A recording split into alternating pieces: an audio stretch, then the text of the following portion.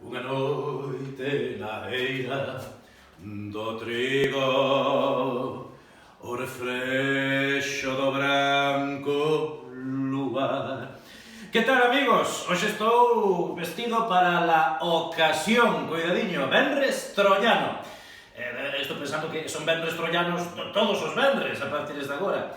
O que pasa é que xa sabedes que de cada certo tempo eu vou acompañado dos meus irmáns da Tuna da Casa de la Troya e declamou eu, xa saben, Don Casimiro Barcala, tudense, de aí era Vitiza, de aí eran parte das letras de Galicia, non?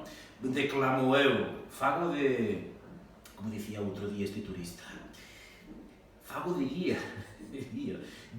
turístico, pero máis importante, vou acompañado, atención, dos tunos da Casa da Troya e facemos o que chamamos unha misa cantada, non?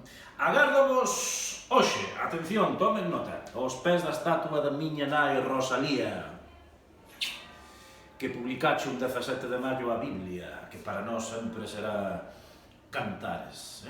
Eu estarei ali ás 8:30, ali aos pés da estatua de Rosalía, e a partir de aí, atención, faremos un roteiro guiado, comentado e cantado para revolucionar de novo e poñer a Compostela donde os gobernos liberais nunca deberonnos sacar.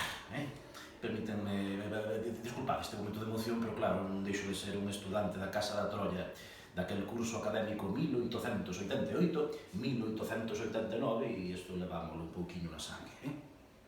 Veña, voume que me teño que ir, que me están esperando no Pataca.